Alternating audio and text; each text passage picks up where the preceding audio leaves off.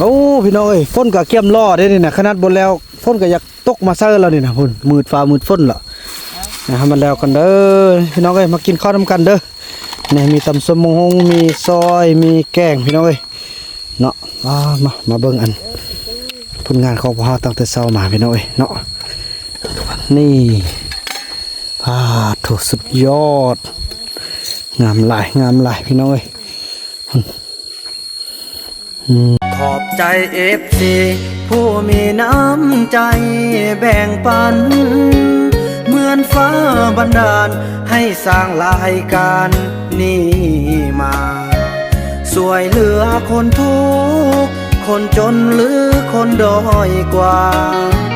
ด้วยแห่งศรัทธาบุญนำพาได้มาร่วมทาง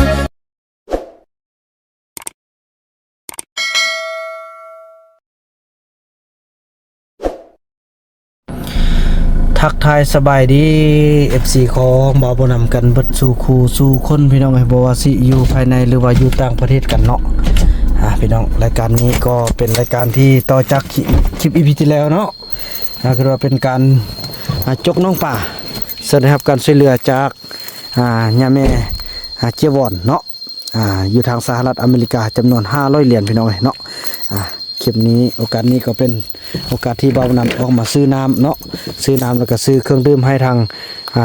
โซเฟอร์รถเนาะให้กำลังใจเพิ่นมาเฮ็ดเวียกเฮาพี่น้องเนาะก็ถือว่ามีหลายอย่างแล้วก็ดีใจทางแม่นางอีกเนาะแล้วก็พ่อเสมันก็ส่งมาตึมสมทบกันพี่น้องเป็นเงินกีบ4 ล้านปลายเนาะก็ครับเป็นเงินเหรียญก็200ปลายก็เหรียญพี่น้องเนาะ200กว่าเหรียญประมาณนั้นแหละพี่น้องประมาณ200เนาะคือว่าสมทบกันรวมกับทางย่าแม่เจียวอนเนาะ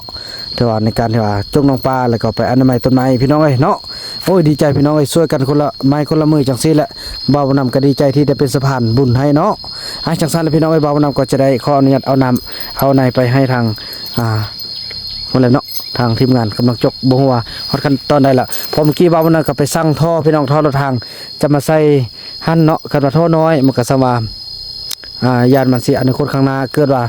มีน้ำไหลอย่างต่างหรือว่าเกิดอันนี้เป็นบ้านเป็นเมืองน้ำมันสิมาไว้นะเพราะว่าก็เลยเอาท่อ30เลยพี่น้องเพื่ออนาคตข้างหน้าเนาะถึงอยู่ล้านไปก็กีบพี่น้องเนาะมาใส่ทางเข้านี่แหละพี่น้องจังซั่นเลยพี่น้องภาพบรรยากาศนั้นเป็นไปได้พวกเฮารับชมกันแต่ละระยะเนาะครับผู้ชมเนาะตอนนี้เฮาก็เก็บน้ำเก็บนี่ไปให้ทางโซเฟอร์รถเนาะในเพิ่นก็จอดนี่แหละพี่น้องไปเบิ่งกันบอลที่เฮาจะเฮ็ดอันนี้ก็นี่ห้องระบายน้ำพี่น้องท่อ3ท่อน้อยเนาะเฮาใส่ท่อ30เลยเพราะว่าเน้นใช้เพื่ออนาคตเด้อพี่น้องมีน้องปูน้องปลาแล้วมีของปูของฟังแล้วเฮาจะให้มันเที่ยวทางแบบสะดวกเนาะนี่เพื่อพี่น้อง FC มายามบ่นำกับไปน้องปลาเถอะไปนั่งอยู่น้องปลาสินะนี่พี่น้องบ่นี่แหละเนาะตอนรถจกมาก็สิได้ให้เพิ่นนี่เพิ่นทมไปก่อนเนาะมาเพิ่นก็สิจกจังซี่แหละจกแล้วก็เอานี่ใส่เนาะเพิ่นน่าจะเสมอแล้วบ่นะ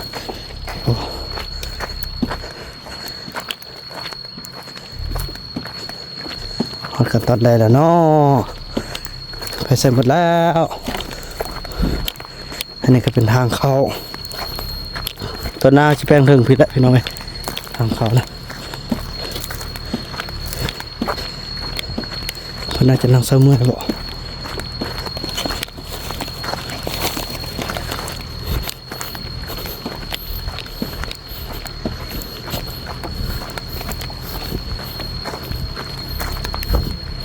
โอ้จกลายแล้วเด้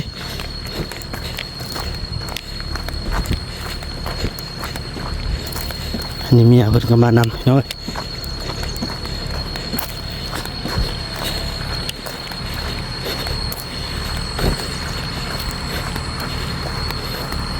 โอ้อะไรก็จับกระสิลุดพี่น้อง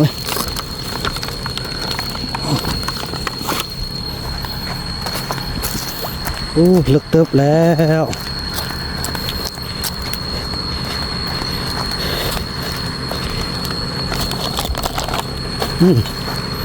ลึกเติบเลยพี่น้อง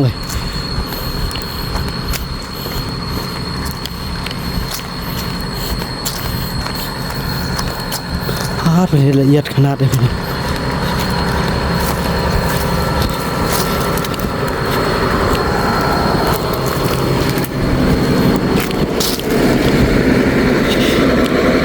ไอ้นักกินซะป่ะคิดเด้อ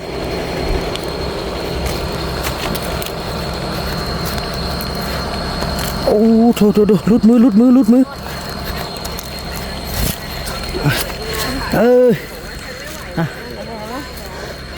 มาเอาน้ำเนี่ยมากินดีไว้สใจอยู่ที่ไหนนี่เอาเลยอันกินตลอดก็กินเลยโอ้เดี๋ยวเลิกเติมแล้วโถเฮียมา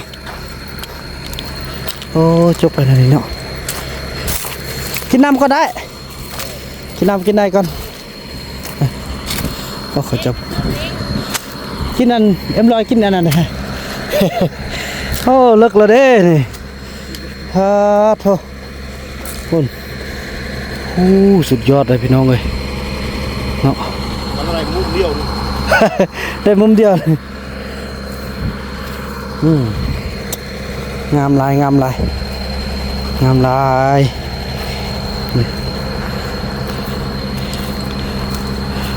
โธ่พี่น้องเอ้ย2 เมตรปลายที่ผมเลิกนี่เพิ่นเฮ็ดให้กาดีกันเนาะเลิกแต่แห้งดีเพื่อไว้เก็บน้ำได้แต่มุมเดียวพี่น้องเอ้ยตอนนี้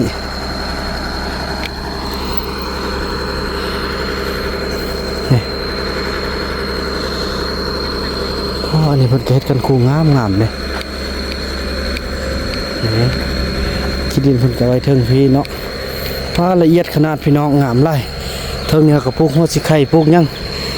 นี่คิดดินเอาไว้ข้างๆสุดยอดเลยงามลายโอ้พี่น้องคักเนาะสิมือเขาเจ้านี่ก็จะเอาหัวสิไข่เอาหยังปลูกนี่ในตัวนาตำแคมจับสั้นแล้วพี่น้องเอ้ยเนาะเริ่มเป็นหูเป็นห้างกันละโอ้งามลายนี่เพิ่นก็สิแปลงเลยจับสั้นแล้วพี่น้องเนาะพบกันแต่ละระยะกันบัดนี้มาพี่น้องได้แล้วเนาะท่อเพิ่นก็มาฮอดมาถึงแล้ว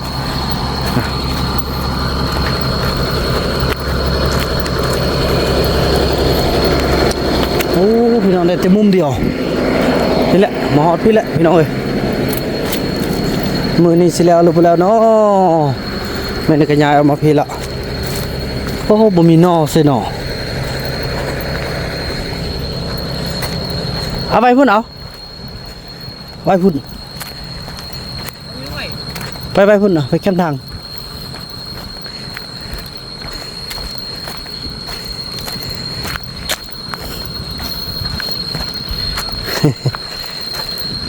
เพิ่นคิดว่าเอาเข้ามาในเนาะเป็นหูเป็นห้างกันแล้วพี่น้องเอ้ย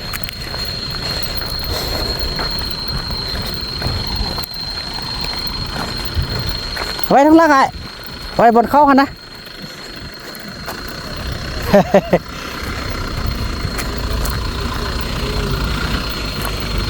เห็นบนทางข้ามมาห้องเสร็จแล้วระวังไม้เด้อ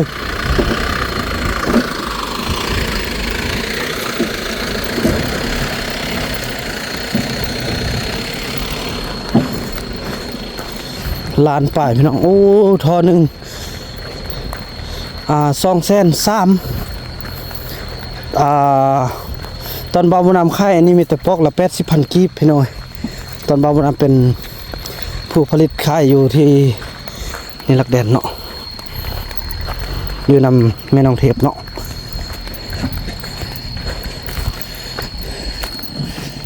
พี่น้อง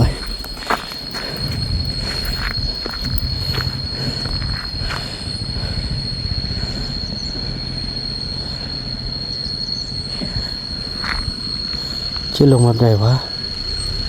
พอลงตามนี้เลยแหละพอรถจกมาทางนั้นมันก็จะขดแล้วก็ยุ่งคือคันนี้5 ท่อ 5 เมตรเนาะน่าจะโอเคแล้วล่ะ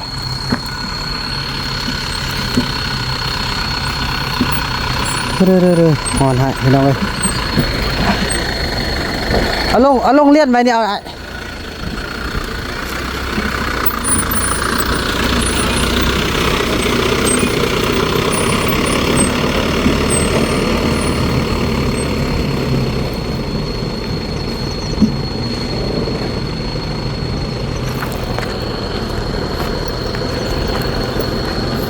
เขาลงหมดได้กัน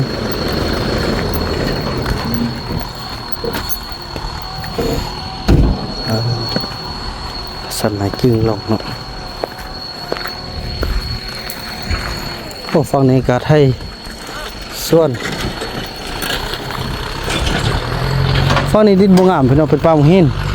ฟังนี้เป็นดินงามเลยสุดยอดเลยเด้อเข้าใจเด้ออันนี้แหละเอามาไว้ตามห้องนี่เลยบ้านอาจจะครึ่งเข้าแล้วจกออกมาเลยควดห้องแล้วก็มันยูเข้าสิแหละ5 ท่อถึงอยู่ลานป้ายเนาะลานป้ายบ่าวนำได้จ่ายไป1,000 บาทเพื่อบ่มีเงินติดหนี้ไปก่อน 1,000 บาทก็ถึงอยู่6 เส้นป้ายยังอยู่5 เส้นป้าย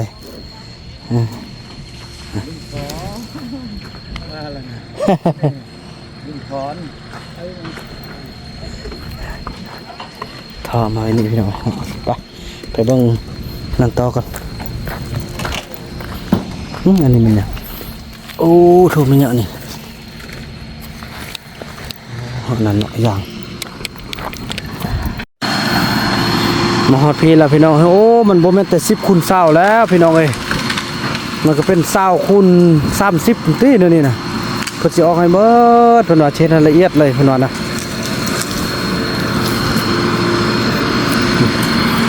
พวกเขตนี่อนามัยหมดเด้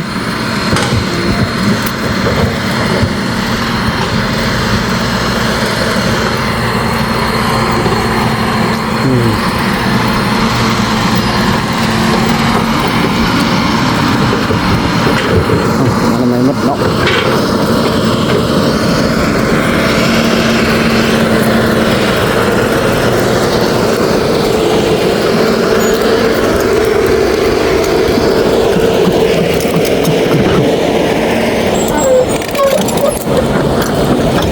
สบายพี่น้องเอ้ยย่างขึ้นมาในนี้สบายดีถูกพี่น้องเอ้ย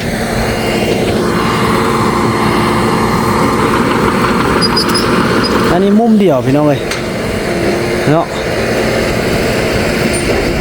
จะมาเอาแต่พุ่นมาเลยแหละไปพุ่นมาเลย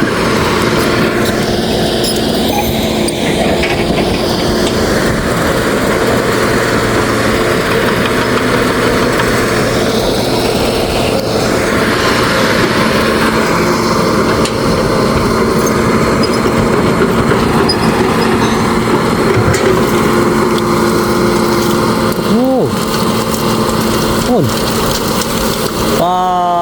ดโถแห้งเกิน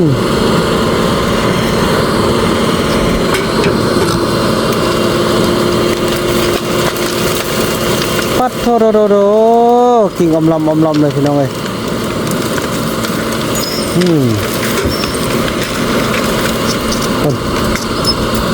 แห้งแถวว่ะเนาะ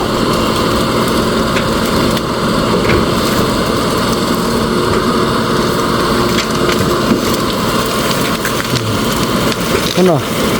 แห้งมาจุดมันจะสบไหมนั่นนี่นอนก็ไปหมดแล้วคนเป็นห้ำเลย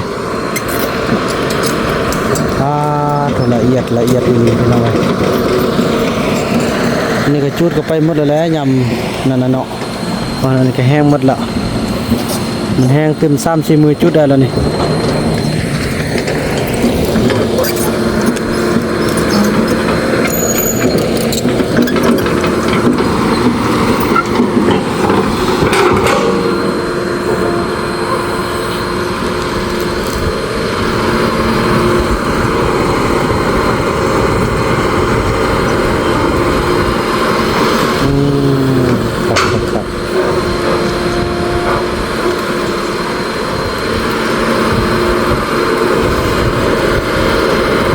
โบยานสิบ่มีน้ำฮอดว่าคันว่าบ่มีน้ำแท้ๆเฮาก็เอาพะยางมาใส่พี่น้องเอ้ยเนาะเดี๋ยวนี้มันทันสมัยไปหมดละขอเพียงแต่มีลุ่มเนาะ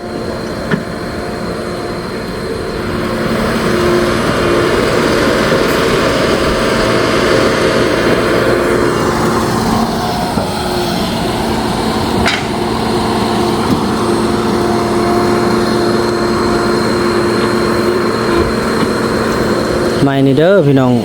กันบ่แม่นรถจกนี่บ่สามารถเฮ็ดหยังได้เด้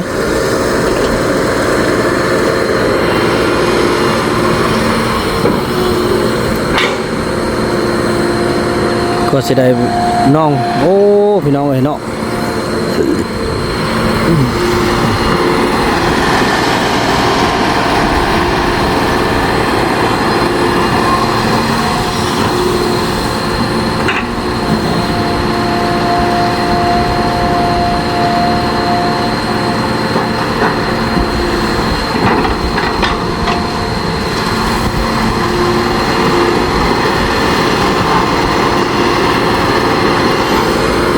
ปีนี้ได้น้องหนึ่ง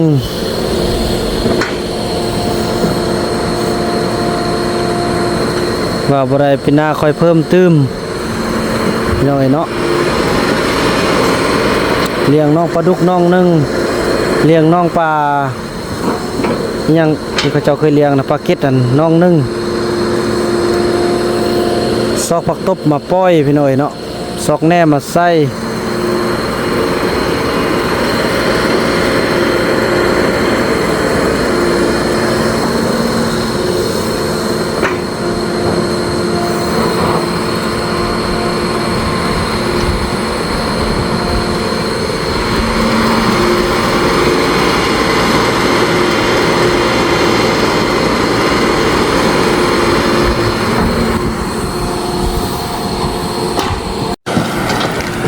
พี่น้องเอ้ยมอตอนนี้ก็โอ้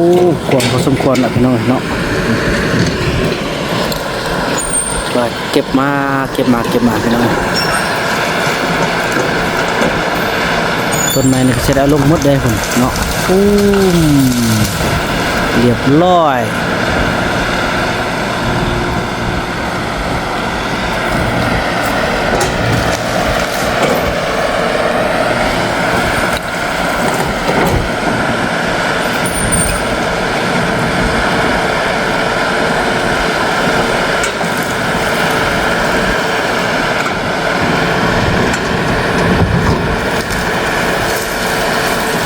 พี่น้องเอ้ยเนาะ15คูณ20เมตรจาก10เมตรคูณ20กว้างอีหลีพี่น้องเอ้ยเนาะเบิ่งบ่แม่นธรรมดาเด้อพี่น้องเบิ่งกว้างพี่น้องเอ้ย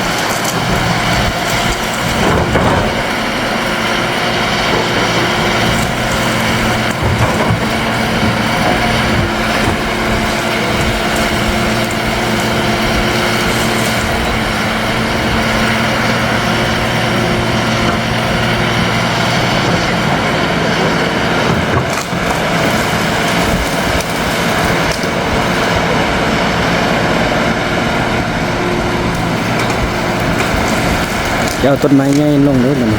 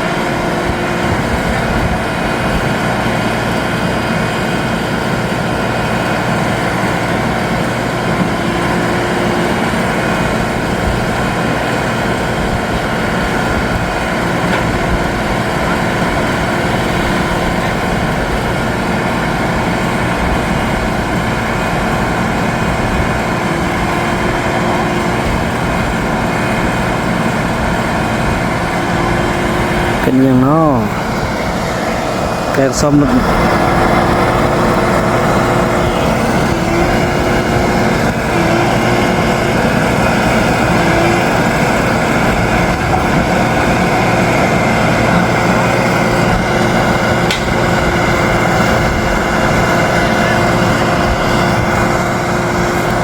แสดงว่าไปกินข้าวก่อนเนอะ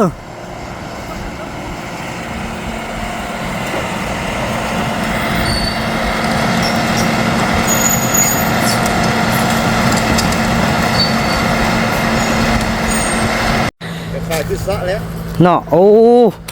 มันเป็นพี่โค้งเลย พี่น้อยฮอดเวลาพักผ่อนกินข้าวแล้วแต่ว่าได้ตั้งแต่เช้ามาเนาะคือว่าได้สุดยอดละพี่น้อยโอ้คักๆนี่มันจะเอาไปให้ตึมบ่าวบ่นำจะได้ออกไป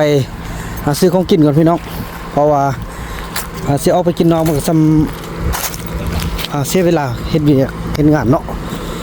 เพิ่นเฮ็ดเวียกเพิ่นเร่งขนาดพี่น้องเอ้ยตอนนี้ก็12 โมงปลายแล้วเพิ่นเคยเนาะถูกคักขนาดพี่น้องเอ้ยนะสุดยอดเลยกว้างๆงามดีใจดิ15 คูณ 20 เมตรพี่น้องเอ้ย15 คูณ 20 เมตรความกว้างลมทบิดเพิ่นเฮาก็คิดว่าเอาแต่10 เมตรคูณ 20 เมตรนะเพิ่นเพิ่มให้ตึมเพิ่นนี่มัน20คูณ20เลยนี่พี่น้องเดี๋ยวเบิ่งบัตรอันสิเล็ดสำเร็จกันเนาะพอเพิ่นเฮ็ดไปแล้วเฮ็ดมาแล้วเพิ่นคือเห็นความมุ่งมั่นของบ่าวบ่นำพี่น้องเพิ่นก็เพิ่นว่าได้เฮ็ดแล้วก็เฮ็ดให้มันกว้างซะเพิ่นว่าสินะนี่พี่น้องเนาะนี่คือดินประเทศคันคูทางนอกเนาะป้าพี่น้องเอ้ยสุดยอดเลยจังซั่นแหละพี่น้องเอ้ยบ่าวบ่นำก็ไปเอาของกินก่อนเนาะจังหวะตอนนี้บ่าวบ่นำก็ได้ไปออกตลาดมาเป็นที่เรียบร้อยเนาะก็จะเตรียมเอาข้าวเอาน้ำให้หน่อยแล้วก็ของอยู่ของกินเอาไปซุ่มก้านนี่พี่น้องมีลาบมีก้อยเนาะตำส้มหมกฮุ้งกินข้าวสวยกันน้องนกกับข้าวนี่แสดงว่าแพ้อยู่มั้งโธ่คือบ่น้องก็สิแพ้บ่จับเอฟเข้าได้บ่หรือว่าจับตัวนี้ตุกน้ำมันมีบ่เอามีละไอซื้อน้ำมันบ่เอากุ้มหาได้ไอสังหัวได้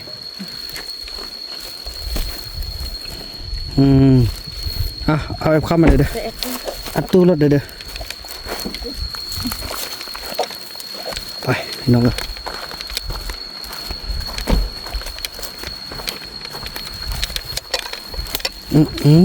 ไม่ดี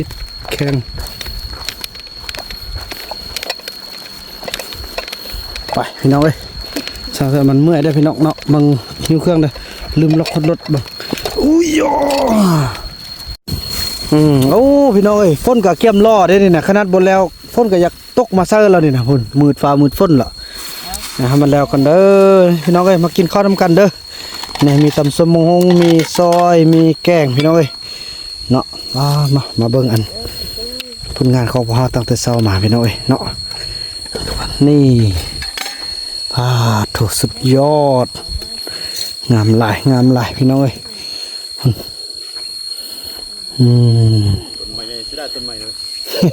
จะเป็นอะไรมันอยู่กลางๆอันนี้เขาจะเอาลงใดเนี่ยเอาลงหมดเลยแหละเอาลงหมดเลยเพราะเขาท่มสินี่แหละบ่ชิบ่ยากได้เขาท่มสินี่บ่ยากเอาลงหั่นแหละเอาลงหมดเลยเพราะมันเนื้อด่างมันทึกกลางหน้าเขาเลยอันนั้นคือกันอันนั้นก็เสียเราลงหมดเลยเลาะเบิ่งไปหน่อยเนาะ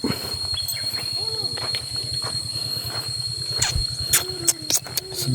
ยอดว้ายงามพี่น้องเอ้ยคุณอันนี้ก็เป็นหำออกไปเลยจุดนี่ก็ไม่วาบหมดแล้วนี่บุเหลืออย่างแล้วนี่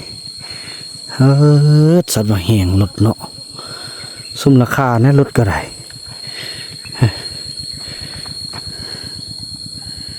กวางแล้วพี่น้อง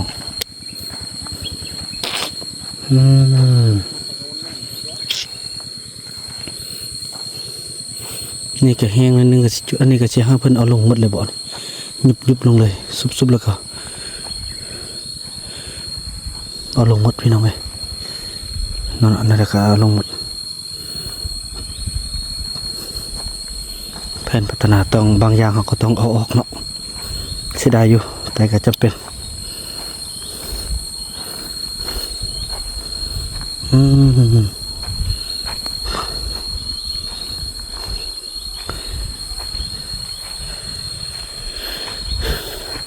จังซี่แหละพี่น้องเวียกมันไล่ถ้าบ่เอาคนมาช่วยนี่ก็ถือว่าบ่ได้แล้วนี่เนาะสิได้เอาอย่างขี้ลายต้องมีจะได้เป็นเฒ่าแก่แล้วนี่เอาคนงานมาเฮ็ดมีเงินเดือนจ่ายแล้วเดี๋ยวนี้ เฒ่าแก่น้อยพี่น้องเอ้ยจะได้จ้างเขาเจ้าเดือนละ5,000พี่น้องเอ้ยเนาะ 5,000 ต่อคนก็สำนั้นแหละพี่น้องเอ้ยพอกินเฮาอยู่นำเฮาคันบ่เอามากอะคือว่าแล้วเฮ็ดเอาได้อาศัยเคยไล่ก็บ่ได้แล้วเด้มันบ่ฮู้ว่าสิออกบ่ออกลบมื้อนี่คันได้โอ้ลมกัน แต่เซาลีนี่ตีกับปั้นบ่วิดดินแล้วว่าบ่เอาพี่น้องเอ้ยคันบ่เอาได้เฮาก็สิบ่สร้างสิว่าหยังเลยพี่น้องเอ้ยพอเขาเจ้าอยู่นำกันเด้บ่แม่นเฮาอยู่นำเขาเนาะสิห้ามเอาแม่บ่นึงเขานี่ได้เฮ็ดเอาได้เอาสร้างให้เข้าได้พี่น้องเอ้ยเนาะกินข้าวแล้วก็ลุยต่อโจกออกโจกออกโจกออกโจกออกแล้วก็อนามัยต้นไม้ออกมันหมดแล้วก็แล้วพี่น้องเอ้ยอนามัยต้นไม้ออกให้หมด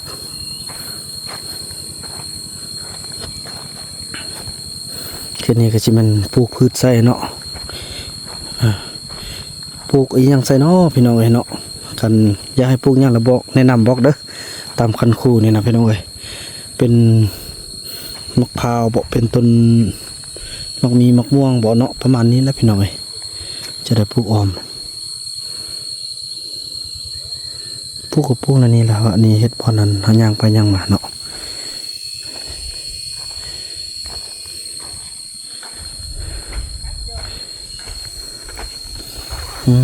สุดยอดพี่น้องเอ้ยนี่ก็เป็นคันนาเลยอันนี้นะคันนาก็มาจุนี่เลยแหละคันนานะ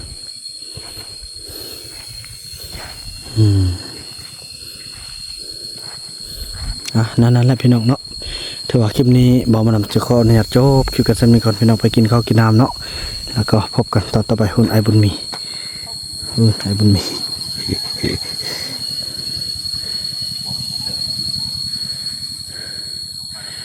จังสันพี่น้องเอ้ยถ่ายชุดนี้ขอบคุณเด้อทางแม่เนาะเจียวอนจากตระกูลใหญ่ใส่บุญคำแล้วก็พ่อสติปวอนเนาะพร้อมด้วยทางแม่นางและพ่อเสเนาะที่รวมตัวช่วยกันพัฒนาแล้วก็ให้บ่าวบุญนำเป็นสะพานบุญให้เนาะขอให้ครอบครัวใหญ่ใจบุญทั้งสองท่านจงประสบพอแต่สิ่งที่ดีเด้อร่ำรวยเนาะช่วยเหลือพาตรงเรื่องในครั้งนี้ให้ได้กลับขึ้นมาเป็น100 เท่าพันเท่า